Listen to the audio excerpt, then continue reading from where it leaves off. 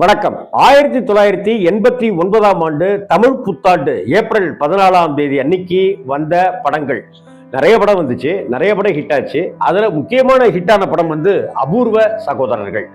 Rajkamal films international தயாரிப்புல சிங்கீதம் Srinivasa Rao அவர்களுடைய டைரக்ஷன்ல கமல்ஹாசனுடைய நடிப்புல வந்த படம் தான் அபூர்வ சகோதரர்கள். இந்த அபூர்வ சகோதரர்கள் அப்படிங்கிற title 1950களிலேயே MK. Radha double action நடித்த படத்தினுடைய தலைப்பு தான் அபூர்வ சகோதரர்கள். அந்த அபூர்வ சகோதரர்களுடைய வேற ஒரு வெர்ஷனாகத்தான் எம்ஜிஆர் டபுள் ஆக்ஷன் நடித்த நீரும் நெருப்பும் அப்படிங்கிற ஒரு படம் வந்தது. இங்க அடிச்சா அங்க வலிக்கும் அப்படிங்கிறது. ஆனா இங்க அடிச்சா அங்க வலிக்கும்னு இல்லாம இவர் செய்யற கொலைகளுக்கெல்லாம் அவர் மாட்டுகிற விதமாக அமைந்ததுதான் அபூர்வ சகோதரர்கள் படத்தினுடைய ஒரு விஷயம். தவிர ஒரு ரிவெஞ்சி படத்தை ஒரு காமெடி படமா கொடுக்கறது அப்படிங்கிறது பெரிய விஷயம். அப்பாவை கொன்னவங்களை நம்ம குள்ளனாக்கிட்டவங்களை பழிக்கு பழி வாங்கணும் அந்த 3 பேரை அப்படின்னு ஒரு குள்ள கமல் அவர் ரிவெஞ்ச் எடுக்கிறாரு. அந்த ஒரு குள்ள கமல் எப்படி ரிவெஞ்சை அவர் செய்யறாரு அப்படிங்கிறத காமெடியோட சொன்னதுதான் இந்த படத்தினுடைய மிகப்பெரிய புதுமை. அது மட்டும் இல்லாம உள்ள கமல் நடித்தது இன்னொரு பெரிய சாதனை. எந்த சீன்ல கமல் உள்ள கமலா எப்படியெல்லாம் நடிச்சிருக்காருங்கிறத இன்னி வரைக்கும் நம்ம அனுமானிச்சுட்டு தான் இருக்கிறோம். இப்படியா இருக்கும், இப்படியா இருக்கும், இப்படியா இருக்கும் அப்படிங்கிறத ஒழிய வேற எந்த இடத்துலையும் நமக்கு சரிவர புரிபடாதபடி அப்படி நடிச்சிருக்காரு அப்படிங்கிறத வந்து மிகப்பெரிய அளவுக்கு பாராட்டணும். இந்த படத்தினுடைய வெள்ளி விழா படம் பல தேட்டரில் 175 நாளை கடந்து ஓடிச்சு. திருச்சியில் மேரிஸ் ராக் தேட்டரில் மட்டுமே 150 நாளை கடந்து ஓடிச்சு. அதுக்கப்புறம் மேரிஸ் ஃபோர்ட்லேயோ இன்னொரு தேட்டர்லையோ அப்படியே கண்டினியூ பண்ணாங்க. அது 250 நாளை தாண்டி ஓடிச்சு. இந்த அபூர்வ சகோதரர்கள் படத்தினுடைய வெற்றி விழாவை வந்து அந்த சமயத்தில் 1989 அந்த சமயத்தில் வந்து விழா கொண்டாடுறாங்க. அப்படி விழா கொண்டாடும் போது அன்றைய இவர் முன்னாள் முதல்வர் திமுக தலைவர் கலைஞர் அவர்களை வைத்துக்கொண்டு அந்த படத்தினுடைய விழாவை கொண்டாடுறாங்க. அந்த விழாவில் வந்து ஸ்டேஜிலேயே குள்ளமாக கமல் வந்து கலைஞரிடம் பரிசு வாங்குவது போல இருந்த விஷயம் வந்து இன்னைக்கு பாஷையில் சொல்லணும்னாக்கா அன்னைக்கு பயங்கர வைரல், பயங்கர ட்ரெண்டிங் ஆச்சு. அந்த அளவுக்கு அந்த படம் அப்படி ஒரு பேசு பொருளானுச்சு. ஆக்சுவலா அபூர்வ கமலுக்கு வந்து பல விஷயங்கள் ஒரு முயற்சி எடுப்பார் அவர். இந்த படத்தை வந்து ஃபர்ஸ்ட் ஒரு 20 நாள் எடுத்துட்டு இந்த படத்தை போட்டு பார்க்கும்போது கமலுக்கு திருப்தி இல்லை, ஏதோ ஒன்று தப்பான ரூட்ல இந்த படம் போகுது அப்படிங்கிறத முடிவு பண்ணிட்டாரு. ஆக்சுவலா மெக்கானிக் கமலுக்கு காந்திமதி தான் அம்மாவாக நடித்தது. ஆனால் இந்த படத்தெல்லாம் எடுத்துட்டு தப்பாக இருக்குது அப்படின்னு சொல்லிட்டு செட்டியார் கொஞ்சம் வந்து பாருங்க படத்தை அப்படின்னு சொன்ன உடனே பஞ்சு அருணாச்சலம் அவர்கள் இந்த படத்தை பார்க்குறாரு. பஞ்சு அருணாச்சலம் சாரை போல ஒரு ஸ்கிரிப்ட் ரைட்டரை நம்ம பார்க்கவே முடியாது. அதில் என்னென்ன மாற்றங்கள் எல்லாம் செய்யணுமோ அழகாக மாற்றம் செஞ்சிருவார். கரெக்டு கமல், நீங்கள் சொன்னது போல் இந்த படம் தப்பாக தான் இருக்குது, இதை இப்படி ஒரு ரூட்டை பிடிச்சிட்டு போனால் நல்லாயிருக்கும் அப்படின்னு சொல்ல எடுத்ததை எல்லாத்தையும் அப்படியே தூக்கி ஓரங்கட்டிட்டு திரும்ப எடுக்க ஆரம்பிச்சது தான் இன்னைக்கு நம்ம பார்த்துட்டு இருக்கிற அபூர்வ சகோதரர்கள். இந்த அபூர்வ சகோதரர்கள் படத்தில் இசைஞானி இளையராஜா அவர்களுக்கு மிகப்பெரிய பங்கு உண்டு. எல்லா பாடல்களையும் ஹிட்டாகி கொடுத்தார். அதே போல படத்தில் நாடக திரையுலகில் இருந்து கோலோச்சி கொண்டிருந்த காமெடியில் வெளுத்து வாங்கி கொண்டிருந்த திரு கிரேசி மோகன் அவர்களை முதலாக வசனம் எழுத வைத்ததிலையும் இந்த படம் முக்கியத்துவம் வாய்ந்த ஒரு படமா இருக்கு. மிகச்சிறந்த ஒளிப்பதிவாளர்னு இன்னைக்கு கொண்டாடப்படுகிற, இன்றைக்கும் கொண்டாடப்படுகிற, அதே போல இன்னைக்கு இருக்கிற பல கேமராமேன்களுக்கு குருநாதர் யாரான்னு பார்த்தா அவர்தான் அந்த பட்டறையை நோக்கி கையை காமிக்கிறாங்க. அவர் தான் பி.சி. ஸ்ரீராம். அந்த பி.சி. ஸ்ரீராம் தான் இந்த படத்துக்கு ஒளிப்பதிவாளர். படத்தில் பார்த்தீங்கன்னாக்க அன்னைக்கு தேதிக்கு டெல்லி கணேஷ் ஒரு காமெடியும் கேரக்டர் ஆர்டிஸ்டுமாக இருந்தவர். நாகேஷ் படத்தில் நடிக்கிறதே நிப்பாட்டிட்டு வாய்ப்பே இல்லாமல் இருந்தவர். அதே போல ஜெய்சங்கர் வந்து குணச்சித்திர நடிகராக சின்ன சின்ன படங்கள்ல அப்படி இப்படின்னு நடிச்சிட்டு இருந்தவர். நாசர் வந்து வில்லனாகவோ அல்லது நடிகராக ஹீரோவாகவோ வந்துட்டு இருக்கிற காலகட்டம் முக்கியமாக வில்லனாக தான் நடிச்சிட்டு இருந்தார். ஆனால் நாசர் நடிச்சிருப்பாரு. அதே போல் ஜெய்சங்கர் சார் சீனியர் ஆர்டிஸ்ட் அவர் நடிச்சிருப்பாரு. அப்புறம் டெல்லி கணேஷ் நடிச்சிருப்பாரு, நாகேஷ் நடிச்சிருப்பாரு. இதில் 4 பேர்லையுமே மெயின் வில்லன் யாரு அப்படின்னு பார்த்தாக்க நாகேஷ் அவர்கள் தான். நாகேஷ் அவர்களுக்கு ஒரு பெரிய கம்பேக் படமாக இந்த படம் அமைஞ்சுது. இதற்கு பிறகு பல படங்கள்ல நாகேஷ் சார் நடிச்சாருங்கிறதும், அது மட்டும் இல்லாம தொடர்ந்து நாகேஷ் அவர்களை கமல் சார் பயன்படுத்தினாருங்கிறதும் நமக்கு தெரிந்த விஷயம்தான். அதே போல உள்ள மௌலி அவர்களை ரொம்ப நாளைக்கு அப்புறம் இந்த படத்துக்குள்ளார கொண்டு வந்து நடிக்க வச்சார். ஏற்கனவே நிழல் நிஜமாகிறது அப்படிங்கிற கமல் நடித்த கே பாலச்சந்தர் சார் டைரக்ஷன்ல நடிகராக அறிமுகமாக இருப்பார் மௌலி. அந்த மௌலி சாரை வந்து திரும்பவும் இந்த படத்துக்குள்ளார நடிக்க வைத்த பெருமையும் கமல் சாருக்கு உண்டு. இந்த படத்துல கமல், ஸ்ரீவித்யா, கமல், மனோரமா அப்படின்னு அம்மா பசங்க அப்படின்னு ஒரு செட்டு இருக்கு. அந்த சேனாபதியா வரக்கூடிய சேதுபதியா வரக்கூடிய அந்த கமல், போலீஸ் அதிகாரி கமல், அந்த போர்ஷனும் ரொம்ப அழகாக கையாளப்பட்டிருக்கும். இதை அடுத்து பார்த்தீங்கன்னாக்கா கமலுக்கு ஜோடி கௌதமியாகவும், கமலுக்கு ஜோடியாக இவர் இருப்பாரோ அப்படிங்கிற நினைப்புல ரூபினியாகவும் இருந்திருக்கும். இன்னும் ஒன்று, இந்த படத்தில் இன்னொரு ஸ்பெஷாலிட்டியாக நான் பார்த்தது என்னன்னாக்கா, நல்ல உடல் நிலையில ஹைட்டா வழக்கம் போல நம்மளை போல இருக்கிற ஒரு ரூபினியை குள்ளமா இருக்கிற கமல் வந்து காதலிப்பாரு. ரூபினி செய்கிற விஷயங்கள் எல்லாமே நம்ம மேல கமலுக்கு கமல் நினைச்சுக்குவாரு, நம்ம பேர்ல ரூபினி லவ் பண்றா அப்படின்னு நினைச்சுக்குவாரு. ஆனா அந்த காதல் எடுபடாது. அந்த காதல் எடுபடாம இருந்து அந்த காதல் தோல்வியில முடியுது. ஏன்னா இவரா கற்பனை பண்ணிட்டு இருக்கிறாரு.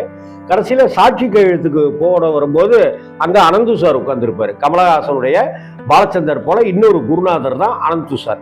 குணா படத்துல அம்மை என்றும் அப்பை என்றும் பாடுற வர்றாருல, அதே போல இன்னொரு படத்துலயும் மைக்கேல் மதன காமராஜ்லயும் அனந்து சார் வருவார்.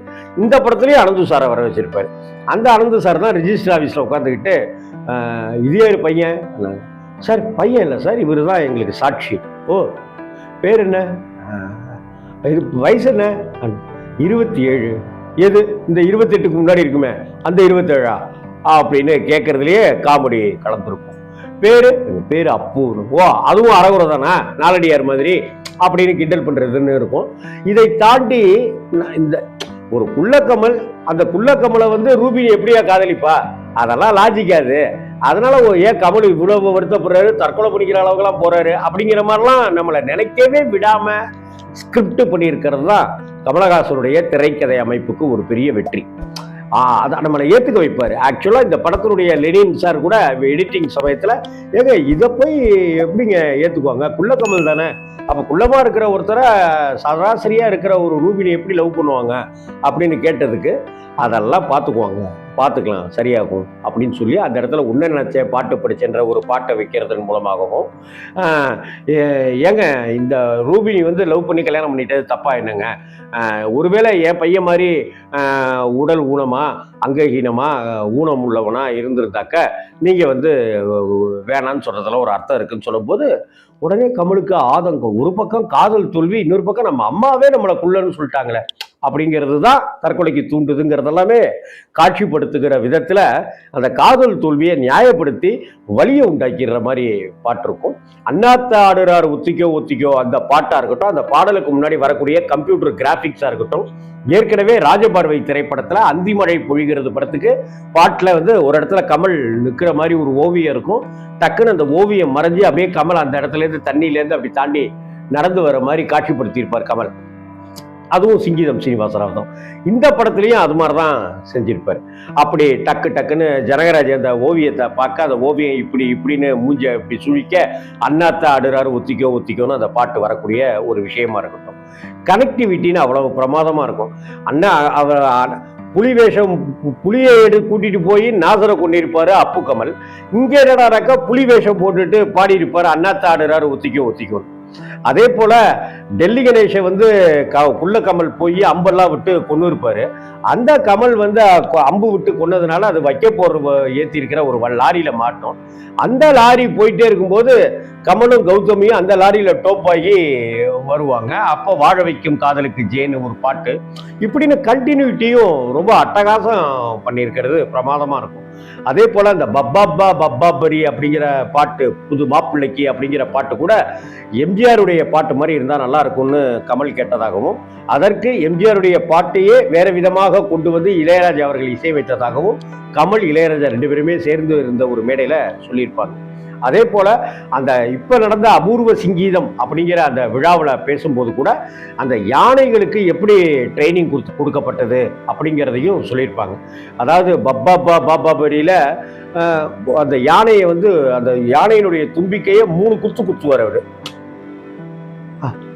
நல்ல வா புள்ள போல் வருவா அப்படின்லாம் வரும்ல, கதப்பா கதை படிப்பா அவ சிரிப்பா அப்படின்னு 3 குத்து.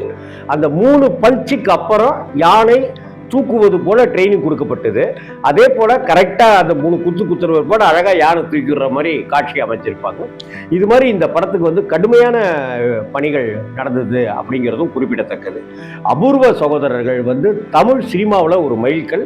இன்னும் சொல்ல போனா ராஜ்கமல் பிலிம்ஸ் இன்டர்நேஷனல்ல அப்படி ஒரு வசூல் சாதனை புரிந்தது அப்படிங்கிறதையும் குறிப்பிட்டாகணும்.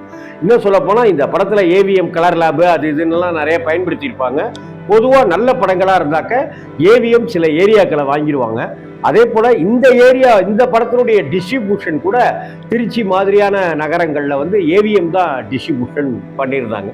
நான் அப்போ ஒரு சினிமா தேட்டரில் வேலை பார்த்துட்டு இருந்தேன்.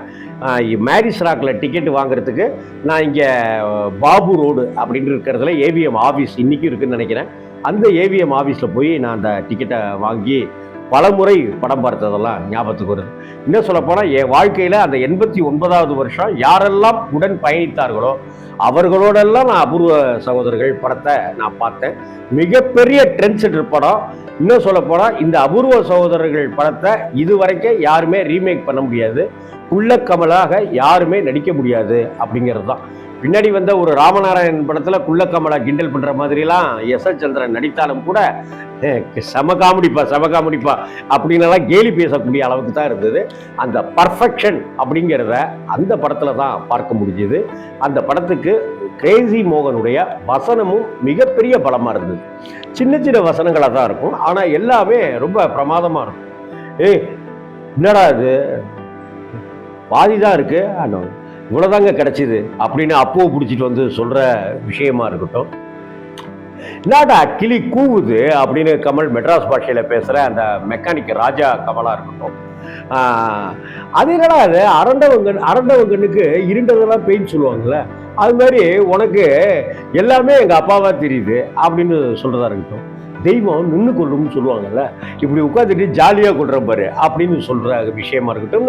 பட்ட நெடுக காமெடி பிச்சு உதறி இருப்பாங்க. காமெடி வந்து கமலுக்கு ரொம்ப கைவந்த கலை. திரும்பவும் நான் சொல்றேனே, ஒரு காமெடி படம், ஒரு ரிவெஞ்ச் படம். இந்த காமெடி படத்துக்குள்ளார ரிவெஞ்ச் படத்துக்குள்ளார ஒரு காமெடி படம் முழுக்க அப்படின்னு கொண்டு வர்றதுங்கிறது அசாத்தியமான விஷயம். அந்த அசாத்தியத்தை சாத்தியப்படுத்தியது தான் உலகநாயகன் கமல் சாருடைய மாபெரும் வெற்றி. 1989ஆவது ஆண்டு வந்த அபூர்வ சகோதரர்கள் திரைப்படத்தை யாரால தாங்க மறக்க முடியும்? வணக்கம்.